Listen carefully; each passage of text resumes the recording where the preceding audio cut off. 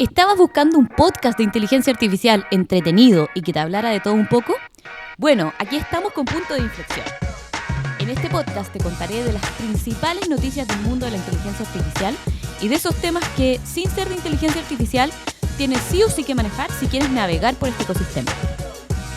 Además, haremos reviews de inteligencias artificiales y les contaré acerca de las guías que yo uso para simplificarme la vida. Bienvenidos a este primer episodio de Punto de Inflexión, tu podcast de inteligencia artificial en español y en fácil. Soy la Tuti y hoy vamos a estar conversando acerca de la guerra de los chips. Vamos a estar conversando de Nvidia, de la intervención de China y de la famosa batalla por el silicio inteligente. Y también, en nuestra sección de Tu Guía del Día, vamos a estar probando un motor de inteligencia artificial que se llama NotebookLM y que la está rompiendo para quienes en nuestros trabajos necesitamos trabajar con grandes volúmenes de información. Pero vamos primero a lo primero. El 25 de febrero de este año, una sola noticia movió los mercados globales. Nvidia anunció que sus nuevos chips, los H200, tendrían una lista de espera de 18 meses. 18 meses para un chip. Esto probablemente no es tan normal, pero es lo que pasa cuando un recurso se vuelve en los hechos más valioso que el oro, mucho más estratégico que el petróleo y más escaso que los diamantes. Así que hoy día vamos a diseccionar la anatomía de un chip de inteligencia artificial, entender por qué Jensen Huang se ha convertido en el hombre más poderoso del momento y descubrir cómo China está intentando romper con el monopolio más importante del siglo XXI. Porque al final del día, quien controle los chips de inteligencia artificial también va a controlar el futuro de la industria. Empecemos por lo básico. ¿Qué hace que un chip de inteligencia artificial sea diferente a cualquier otro procesador? La respuesta está en una palabra: paralelismo. Déjenme explicarles. Un procesador tradicional de Intel, AMD, está diseñado para hacer una cosa muy bien, para ejecutar instrucciones secuenciales a una velocidad increíble. Es como un corredor olímpico, rápido, pero corriendo siempre en una sola pista, en secuencia. Un chip de inteligencia artificial es diferente. ¿Por qué? Porque está diseñado para hacer miles de cálculos simples, pero simultáneamente. Es como tener 10.000 corredores promedio corriendo al mismo tiempo en una cancha de atletismo. Claramente no son tan rápidos individualmente, pero en su conjunto, bueno, ya se imaginarán lo que pueden lograr. Déjenme ponerlo en perspectiva con números reales. El chip H100 de Nvidia tiene 80.000 millones de transistores. 80.000 millones. Empaquetados en un espacio de solo 814 milímetros cuadrados. Es como tener la población de 10 planetas Tierras en un área del tamaño de una tarjeta de crédito. Es básicamente como meter la población de 10 planetas Tierra en un área del tamaño de una tarjeta de crédito. Pero aquí está lo verdaderamente loco. Cada transistor puede cambiar de estado 3 trillones de veces por segundo. Esto significa, básicamente, que un chip H100 puede realizar 125 petaflops de operaciones por segundo. ¿Tú sabes qué diantres es un petaflop? Aguanten. Son básicamente 1.000 billones de operaciones matemáticas por segundo. Para tener una dimensión, el cerebro humano procesa aproximadamente un exaflop, que equivale a 1.000 petaflops de información. Estamos hablando entonces de chips que se acercan más o menos a un 10% de la capacidad de procesamiento del cerebro humano. Pero fabricar estos chips es donde la cosa se pone realmente intensa e interesante. ¿Por qué? Porque el proceso de fabricación de un chip, por ejemplo el H100, toma aproximadamente 4 meses. Pero antes de que siquiera comience la fabricación de un chip, el diseño del mismo requiere de al menos 3 años de desarrollo. Son iteraciones infinitas, simulaciones que requieren, ¿adivinen de qué? De otros chips de inteligencia artificial para ser calculadas. Es recursivo. Necesitas de inteligencia artificial para diseñar chips de inteligencia artificial más avanzados. Pero hablemos del hombre del momento. Hablemos de Jensen Huang. En 2023, Huang era el CEO de una empresa de tarjetas gráficas para gamers. En 2025, el mismo Huang es probablemente el hombre más influyente del planeta. ¿Cómo pasó esto? La historia empieza en el año 2006. Mientras Intel y AMD competían por hacer procesadores más rápidos, Huang hizo una apuesta diferente. Se preguntó, ¿y qué pasa si el futuro no fuera sobre velocidad secuencial, sino sobre procesamiento paralelo masivo? Y así fue que Jensen Huang se tiró a la piscina e inventó CUDA, el Compute Unified Device Architecture, que es básicamente el ejercicio que hizo para convertir las tarjetas gráficas en supercomputadoras programables. Los primeros que compraron su producto, el CUDA, fueron los mineros de Bitcoin. Luego, los investigadores de las universidades que necesitaban poder de cómputo barato para hacer simulaciones. Y por último, adivinen quién. Bueno, quienes estaban desarrollando Deep Learning. Avanzando un poco en el tiempo, en el 2006 años en el futuro, en el 2000, Alex Krzyzewski entrena AlexNet, usando las GPUs de NVIDIA. Es el momento, básicamente, en que se inicia la revolución del Deep Learning. En el año 2016, AlphaGo de Google derrota al campeón mundial de Go usando chips de NVIDIA, lo cual hace que se volvieran increíblemente populares. En el 2022, NVIDIA lanza los primeros chips específicamente diseñados para inteligencia artificial, conocida como la serie B. 2 años más adelante, en el 2020, GPT-3 se entrena usando clústeres masivos de chips de NVIDIA. Y por último, el 2022, ChatGPT explota globalmente y todas las empresas del mundo necesitaban chips de inteligencia artificial. ¿Y quién los estaba produciendo? Bueno, Jason Huang y NVIDIA. Y aquí está lo brillante de la estrategia de Huang, que él ideó un modelo de negocio donde no solamente se vende hardware, sino que vende un ecosistema completo. CUDA, por ejemplo, no era solo software, es una plataforma. Es como si Microsoft no solo te vendiera Windows, sino que también fuera el único sistema operativo que pudiera ejecutar aplicaciones de inteligencia artificial. ¿Quieres entrenar un modelo de lenguaje? Necesitas CUDA. ¿Quieres optimizar inferencia? Necesitas TensorRT de NVIDIA. ¿Quieres escalar a múltiples GPUs? Necesitas NVLink de NVIDIA. Básicamente lo que hizo Jason Huang fue diseñar un monopolio vertical completo. Bueno, y los números hablan por sí solos. En 2023, NVIDIA tenía el 88% del mercado de chips de inteligencia artificial. Sus ingresos de centros de datos habían crecido un 1000% en 2 años y el valor de mercado de NVIDIA había pasado de ser de $300.000 millones a $2.3 billones.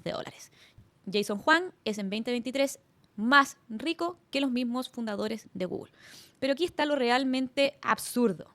NVIDIA no fabrica sus propios chips. Los diseña, pero la fabricación la subcontrata a TSMC en Taiwán. TSMC fabrica el 92% de los chips más avanzados del mundo. Y esto nos lleva a la primera lección en el mundo de la inteligencia artificial, que es el talón de Aquiles de la industria, que es básicamente la dependencia geopolítica. ¿Por qué? Porque, como les contaba, el 95% de los chips más avanzados de NVIDIA, que, valga la redundancia, es quien controla el mercado de los chips de inteligencia artificial, se fabrican en Taiwán.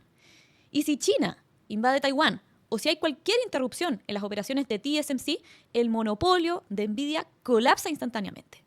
Es por eso que NVIDIA y Jason Huang están en una cruzada desesperada tratando de diversificar. Están invirtiendo en Samsung en Corea del Sur, en Intel en Estados Unidos e incluso están explorando abrir operaciones en India. Pero la realidad es un poco más cruda. ¿Por qué? Porque durante los próximos 5 años desde Taiwán, y Taiwán está a solo 180 kilómetros de China. Ahora hablemos del elefante en la habitación. China. China fabrica todo en el mundo, desde tu iPhone hasta tu Tesla, para los que tienen suerte de tener un Tesla. Pero hay una cosa que no puede fabricar y que le produce una tremenda frustración. No pueden producir los chips de inteligencia artificial más avanzados. Y esto está volviendo loco al Partido Comunista Chino. Déjenme contarles una historia que no salió en las noticias occidentales. En octubre del 2023, el Politburó chino se reunió en una sesión de emergencia. El tema era que las restricciones de semiconductores que había impuesto Estados Unidos habían bloqueado efectivamente el acceso a China de los chips H100. Xi Jinping dijo algo que se filtró semanas después.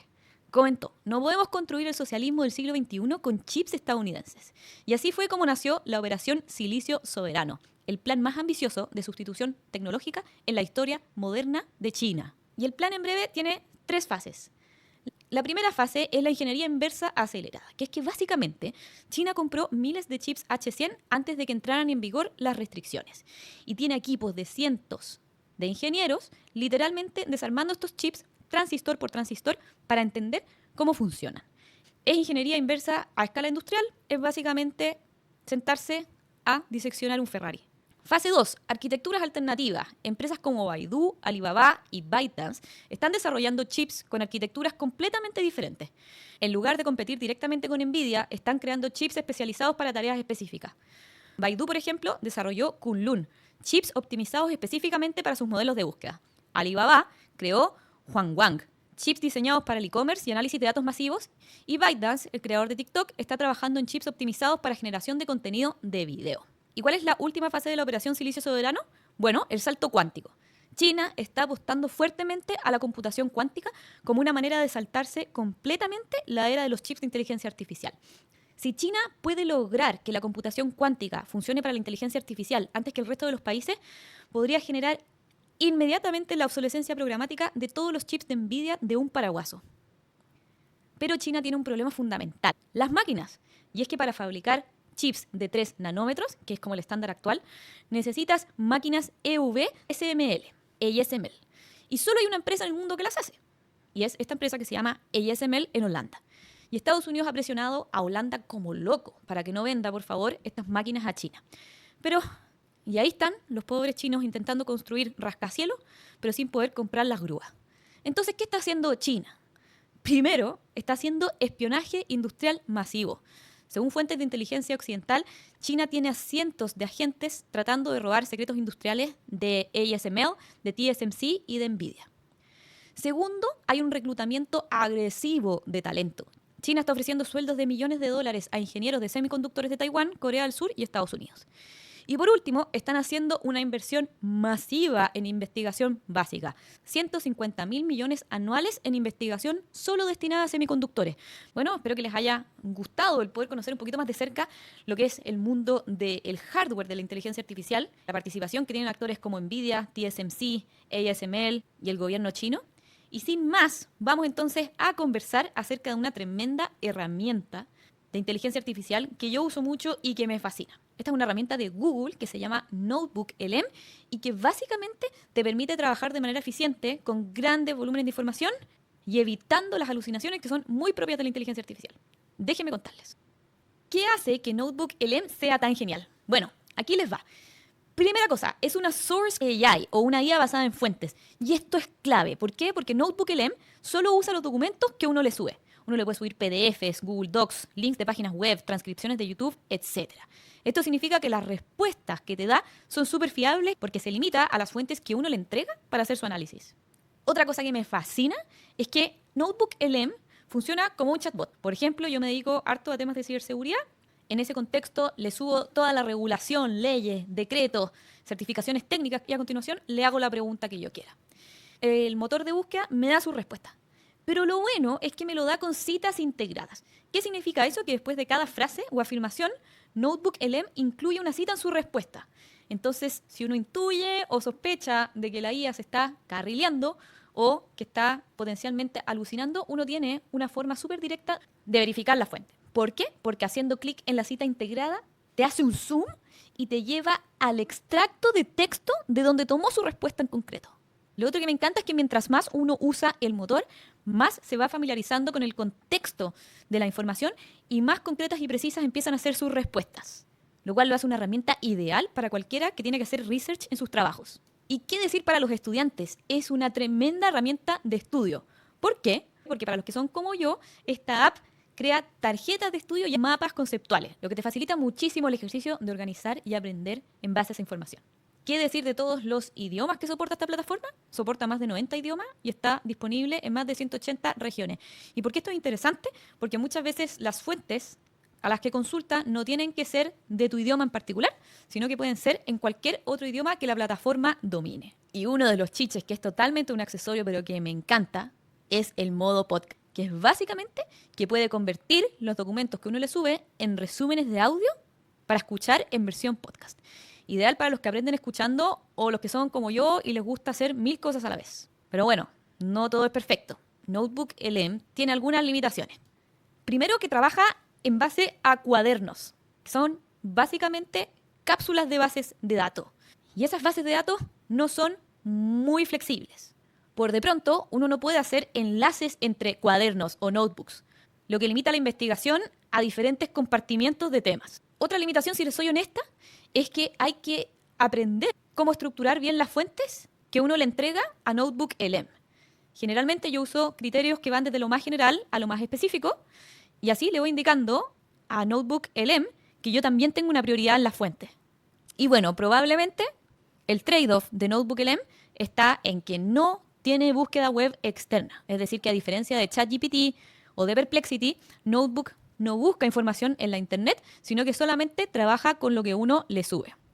Bueno, considerando todo esto, mi calificación personal para NotebookLM es de un 8 de 10. Me parece una herramienta excelente y el mejor copiloto para cuando uno tiene que hacer investigación aplicada. Es una herramienta poderosa y útil y que ahorra muchísimo, pero muchísimo tiempo. Y para los que quieran saber un poco más acerca de cómo funciona la interfaz de NotebookLM, los invito a visitar mi canal de YouTube, donde voy a estar subiendo regularmente videos de cómo interactúo con esta inteligencia artificial, siendo la primera, por supuesto, Notebook LM.